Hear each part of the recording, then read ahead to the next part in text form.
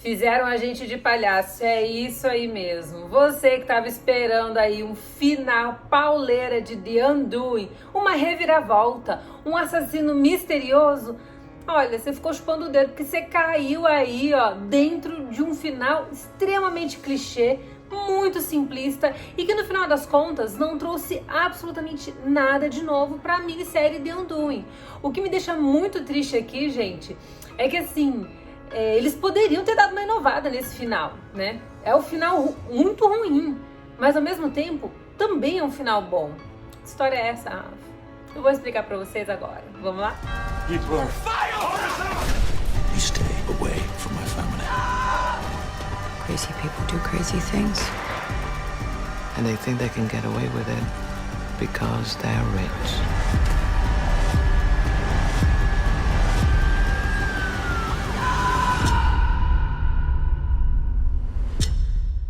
Fala, meus amores, estou desoleto, arrasada, porque assim, eu esperava uma reviravolta mais surpreendente em The Undoing, achei que eles fossem conseguir arrumar isso, mas no final das contas ficamos com um feijão com arroz basicão e um bifezinho acebolado ali do lado.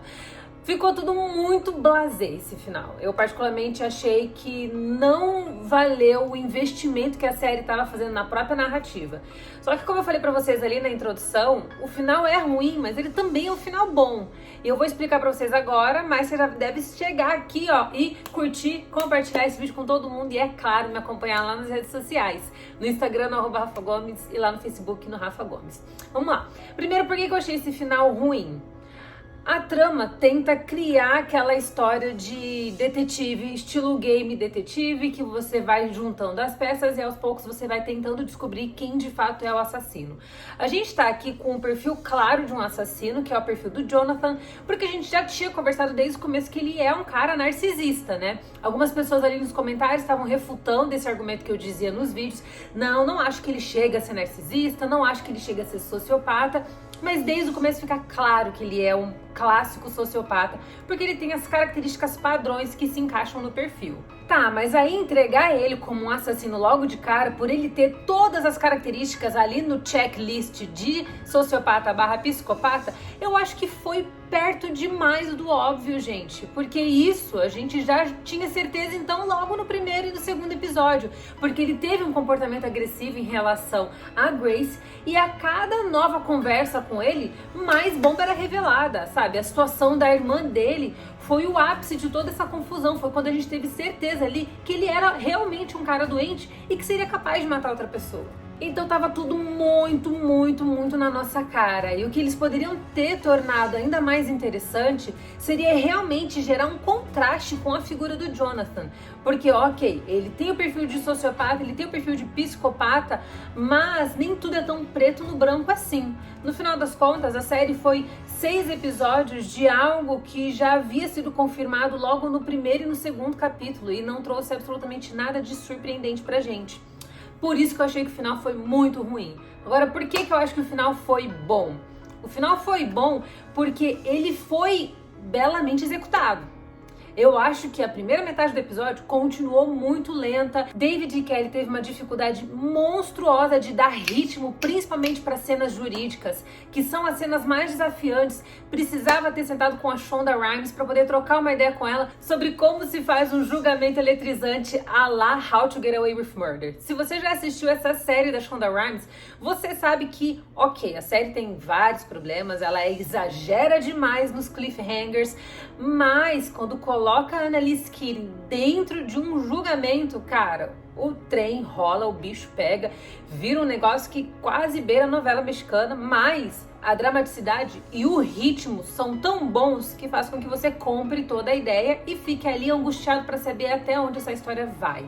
Agora aqui, as cenas de julgamento, elas foram muito morosas, elas ajudaram a tornar a série um pouco mais lenta, quando a gente sabe muito bem que é possível trazer muito dinamismo para situações e circunstâncias dessa natureza. E eu acho que o David Kelly não soube manejar isso, que é realmente uma pena, porque ele veio do sucesso de Big Little Lies.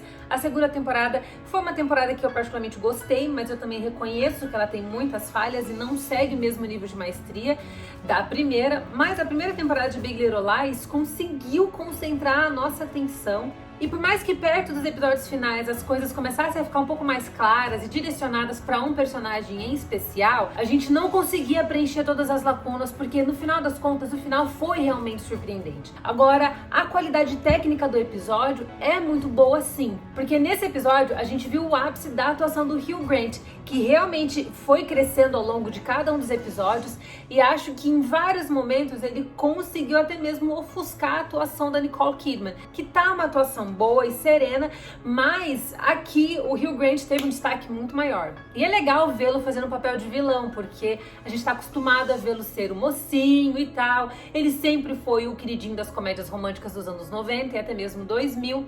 E aqui ele teve a oportunidade de mostrar uma faceta diferente dele, algo que ele até mesmo já havia revelado em uma entrevista na época do lançamento da série The Undoing. E eu acho que nessa questão a série foi boa, porque a atuação dele tá excelente e é excelente vê-lo também se transformar nesse lobo em pele de cordeiro. Porque o lance da série, pelo que eu percebi aqui, na verdade, fazer jogos mentais com a audiência a respeito de quem de fato é o Jonathan. Então assim, acho que no final das contas, The Undoing não se trata tanto sobre descobrir quem é o assassino, mas sim sobre atestar ou não se o Jonathan é o assassino. E se a gente for olhar por essa ótica, a série ela consegue ser boa, mas ela não é uau, meu Deus, que série de suspense. Não, ela não chega a isso, porque no final das contas o roteiro foi um roteiro muito fraco, que teve um desenvolvimento muito mediano também e que não conseguiu segurar a nossa audiência. Mas como o elenco é muito bom e como a essência da trama é uma essência boa, a gente conseguiu se prender a ela. Mas se a série fosse um pouquinho mais longa, se tivesse mais uns 2 episódios, muita gente aí não ia aguentar assistir até o final, viu? Então, nesse aspecto, a série foi boa. E além disso, em se tratando de parte técnica, a gente tem algumas tomadas que são incríveis. As tomadas feitas do helicóptero, que dão aquela vista super panorâmica de Nova York. A cena de perseguição foi uma cena muito boa. Mas aquela cena de perseguição, ela é quase uma certa incoerência diante do próprio caráter do personagem. Porque já que a gente descobriu que ele é o grande assassino, então, gente, vocês perceberam que do começo até o fim, ele fez jogos mentais com todos nós. Ele brincou com a nossa percepção, ele brincou com a nossa confiança, ele brincou com a nossa desconfiança também. Então ele é um cara que é extremamente frio e calculista. E a própria mãe dele já tinha testado isso. Agora, de repente, quando ele tá prestes a ir oficialmente pra prisão, ele dá um surto assim, do nada. O cara que foi frio e calculista do começo até o fim, foi frio e calculista na hora de matar a Helena daquela forma brutal, de repente virou a Maria do bairro e tá pensando em suicídio. Eu acho que aquilo fugiu um pouco do caráter do personagem, mas se eu for dar uma colher de chá aqui pra série, tem um pouquinho de sentido, porque quando a pessoa está diante de uma situação assim tão catastrófica, ela realmente perde os sentidos e a razão e pode assumir uma postura quase animalesca, que foi o caso dele aqui no final da série. Então, a série pra mim ficou esse contraste muito complicado, em que em geral foi uma série ruim, mediana pra ruim, mas que em alguns aspectos técnicos ela conseguiu se sobressair, mas no final das contas ficou tudo nas costas do Hugh Grant e ainda assim só o personagem dele não é o suficiente para carregar a trama. A série deixou várias pontas soltas. Uma delas foi exatamente a dinâmica da Sylvia com a promotora de justiça. A promotora de acusação ali, ó, ela e a Sylvia não se bicavam. Toda vez que elas se encontravam, sempre rolava uma fagulha ali de algo que não estava legal. A gente percebia que existia um clima meio pesado. E naquela cena do banheiro, depois da cena em que o Miguel teve que dar testemunho, quando elas duas estão ali no toalete, a promotora fala pra ela: nossa, que situação obscena, que cena obscena, é isso que ela fala. E aí a Sylvia responde: pois é, eu sei. E o que a promotora responde pra ela?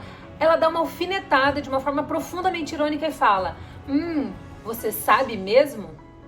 E aquela pergunta foi algo que me pegou. Como assim você sabe mesmo? Ela usou a palavra, gente, obscena. Essa palavra obscena tem uma conotação com viés sexual.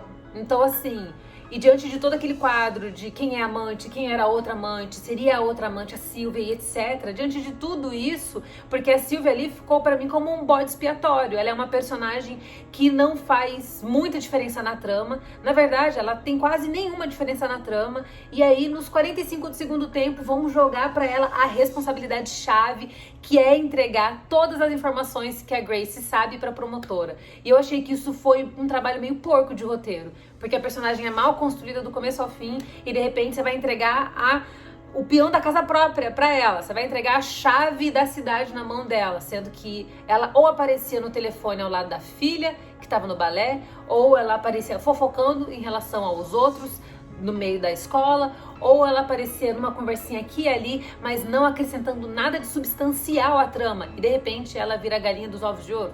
Eu achei isso meio porco. E naquela situação que a promotora confronta a Sylvia, essa palavra obscena pegou muito pra mim, porque ela deu uma indireta na mulher com uma palavra que tem uma conotação sexual muito pesada. E dali não saiu absolutamente nada, gente. Pra que ela deu essa alfinetada? Ela deu essa alfinetada puramente pelo fato da Sylvia estar do lado da Grace e do Jonathan? Foi só por causa disso? Se foi só por causa disso, achei também que isso ficou, sei lá, não ficou muito bem executado assim não, porque a forma como as personagens foram tratadas ali dava a impressão de que poderia ter algo mais. É claro que também a gente especulou muito, e quando você especula muito, faz muita teoria, no final das contas você pode se frustrar e muito com o resultado, né? Então assim, no meu caso aqui, eu achei o final frustrante em termos de roteiro, de construção narrativa, mas eu achei que ele foi um final bem executado na parte técnica e principalmente na parte do Hugh Grant. Mas The Undoing fica pra mim aqui como uma promessa que não foi cumprida, poderia ter sido muito melhor do que é. A gente teve que se esforçar muito para poder acompanhar a série, e eu acho que pro padrão de David E. Kelley, que fez Big Little Lies, The Undoing não correspondeu às expectativas. Mas de qualquer forma, foi uma ótima experiência da gente estar aqui batendo papo, porque eu acho que no final das contas a melhor parte de The Undoing foi poder conversar aqui, ó, com vocês e ler todos os comentários de vocês que foram maravilhosos. Eu demorei um pouquinho para responder porque era muita coisa e também porque tem muito trabalho para fazer, mas eu sou imensamente grata por cada um de vocês que participou aqui comigo. E é claro que eu vou citar aqui o nome de todos vocês porque vocês são maravigold.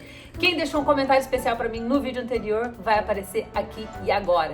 E o primeiro nome que eu quero citar aqui também é a Maria Benedita, que olha, gente, a Maria Benedita, eu preciso tirar o chapéu, porque ela tá sempre envolvida nos rolês aqui do canal, ela sempre comenta. Então, Maria Benedita, um beijo super especial pra você, porque você participa demais e eu adoro a sua participação. E quero aproveitar e convidar vocês todos também para continuarem participando, assim como a Maria Benedita sempre participa.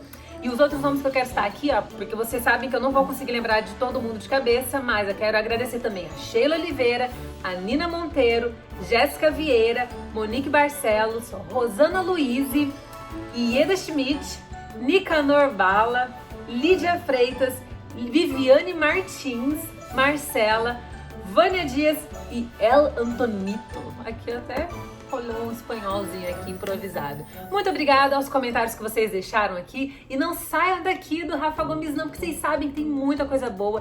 A gente ainda vai analisar muita série pela frente. Vamos falar sobre cinema também. E lá no meu Instagram, no @Rafa Gomes, eu falo sobre tudo isso de outra forma. Tem conteúdo lá, gente, que não aparece por aqui não, viu? Inclusive, soltei hoje um vídeo falando o que é fato e o que é fake na série The Crown na 4ª temporada. Então, se você quer saber se a Princesa Diana fez isso ou fez aquilo, então ó, corre pro meu Instagram, @Rafa Gomes, porque lá você vai descobrir. E não se esqueça também de me acompanhar no Facebook, no Rafa Gomes, e é claro, clica numa dessas duas telas para você ser direcionado para muita coisa boa aqui no Rafa Gomes. Um beijo enorme para todos vocês, fiquem todos com Deus e até a próxima. Tchau!